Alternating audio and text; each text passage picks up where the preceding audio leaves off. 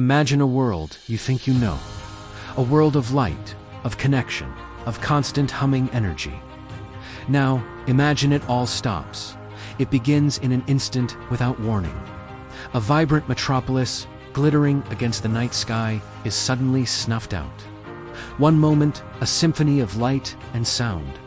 The next, a deafening, absolute silence. The electric heartbeat of our civilization flatlines.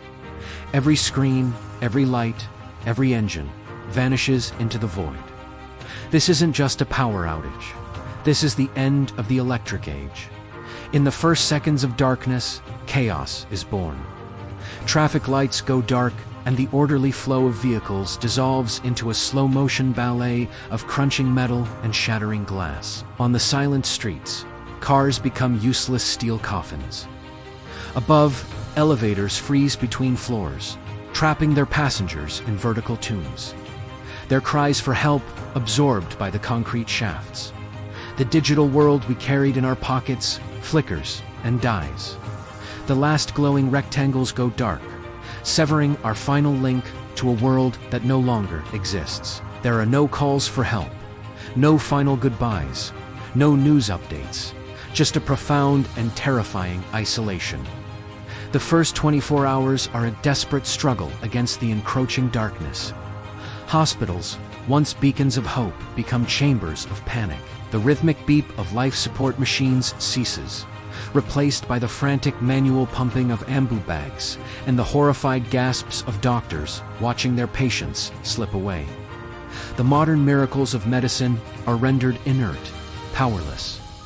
In the financial districts, ATMs are nothing more than useless blocks of metal and plastic, guarding fortunes that are now worthless. The global economy has evaporated in the blink of an eye. As the sun sets, the first night falls like a physical weight. There is no moon, no stars, bright enough to pierce the suffocating blanket of black. It is a primeval darkness, an ocean of absolute nothingness that our ancestors knew, but we have long forgotten. Fear, cold and sharp, becomes the only companion in this new, silent world. Days turn into a week. The illusion of a quick fix has shattered. A new scent begins to permeate the air, the sweet, sickly smell of decay. Refrigeration is a forgotten luxury. Tons of food, stockpiled in silent supermarkets and darkened homes, begins to rot. The stench is a constant, nauseating reminder of the fragility of our supply chains. It's the smell of a society decomposing. People, driven by hunger and desperation, begin to venture out. The initial shock gives way to a grim reality. Water no longer flows from the taps. Sanitation systems have failed. The invisible infrastructure that kept us clean and healthy has crumbled, and the threat of disease now looms larger than the darkness itself. People huddle together, their faces illuminated by the primitive, flickering light of wood fires. They share stories of the before times, their voices hushed, as if speaking of a mythical age. The thin veil of civilization, woven over centuries, is starting to tear. Suspicion replaces trust.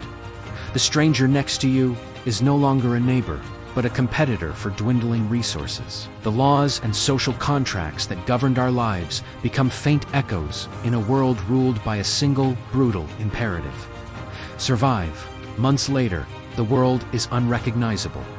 Nature, relentless and patient, begins its reclamation. Green vines snake their way up the cold steel and glass of skyscrapers. Cracking concrete, pulling down the monuments of our ambition. Cities are no longer centers of human achievement, but silent, vertical jungles. Rust creeps over abandoned cars, and weeds push through the asphalt of once busier highways. Humanity has been forced to adapt, to rediscover skills buried deep in our collective DNA. People now hunt in the concrete canyons, their prey the feral animals that have thrived in our absence. They gather edible plants growing in the cracks of sidewalks. We have become hunter-gatherers once more, living in the long shadows of our dead technology.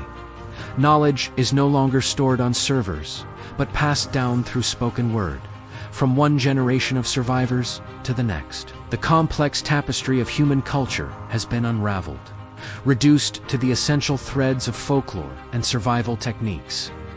The young are born into this world of silence, unable to comprehend the stories of a world that could be lit up with the flick of a switch. For them, this is normal. The ruins are just the landscape.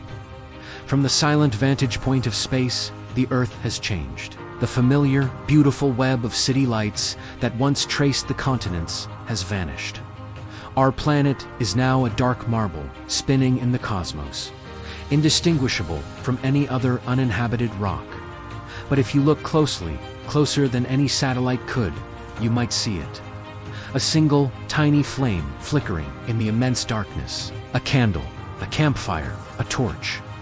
It's a fragile, desperate spark against the overwhelming void.